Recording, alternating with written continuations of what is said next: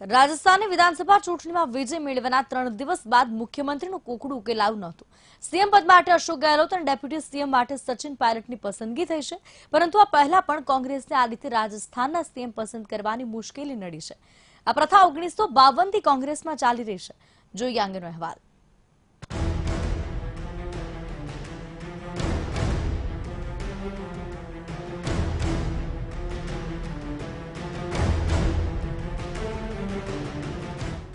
રાજસ્થાન વિધાનસભા ચૂંટણીમાં જીત મેળવ્યાના 3 દિવસ પછી પણ કોંગ્રેસ પોતાના મુખ્યમંત્રીનું નામ મહામુસીબતે પસંદ કરી શક્યા છે।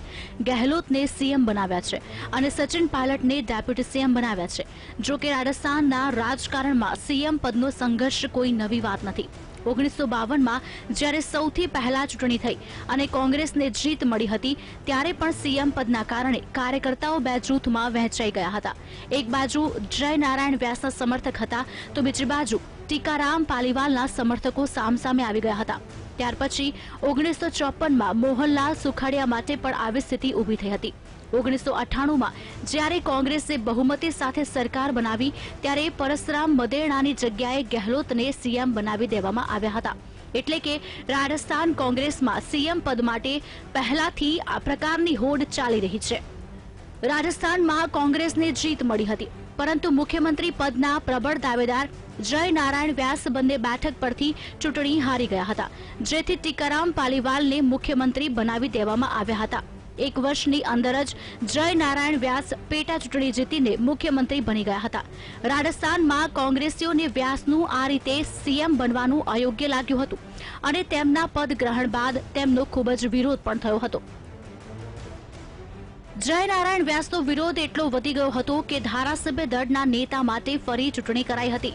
વ્યાસ મોહનલાલ સુખડિયાથી 8 મત હારી ગયા હતા। સુખડિયા માત્ર 38 વર્ષની ઉંમરે મુખ્યમંત્રી બન્યા હતા।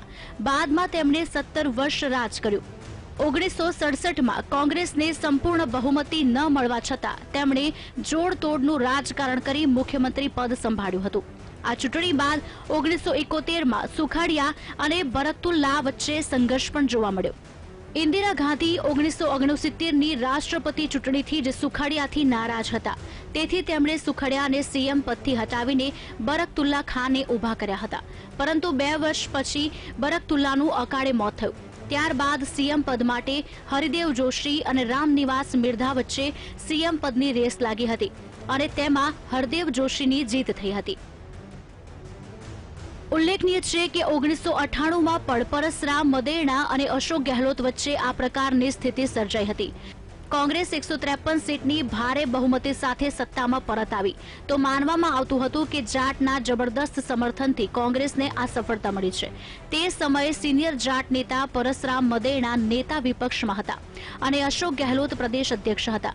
પાર્ટી અધ્યક્ષની ઈચ્છાથી ગેહલોતને સીએમ બનાવવામાં આવ્યા। તે સમયે જાટ સમુદાય નારાજ થયા હતા, જેની અસર તે પછીની ચૂંટણીમાં સ્પષ્ટપણે જોવા મળી હતી। આમ કોંગ્રેસને રાજસ્થાનમાં સત્તા મળે કે તરત જ સીએમના ઉમેદવારોને લઈને સમગ્ર ભારતની નજર ત્યાં સ્થાયી થઈ જાય છે। 2008માં સીપી જોશી અને અશોક ગેહલોત સીએમ અને તે સમયે કોંગ્રેસ ફરી સત્તામાં આવી હતી। સીપી જોશી તે સમયે પ્રદેશ અધ્યક્ષ હતા અને તે સીએમ પદના પ્રબળ દાવેદાર તે હારી ગયા હતા અને તેથી સિનિયર કોંગી નેતા શશિરામ ઓલા મુખ્યમંત્રી બન્યા હતા। તે સમયે મધ્યપ્રદેશના દિગ્વિજયસિંહ સુપરવાઇઝર થઈને આવ્યા હતા અને તેમણે ગુપ્ત રીતે ધારાસભ્યોના મનની ઈચ્છા જાણી હતી। તેમાં તમામ લોકોએ અશોક ગેહલોતને ધારાસભ્ય દળના નેતા પસંદ કર્યા હતા। Bureau report.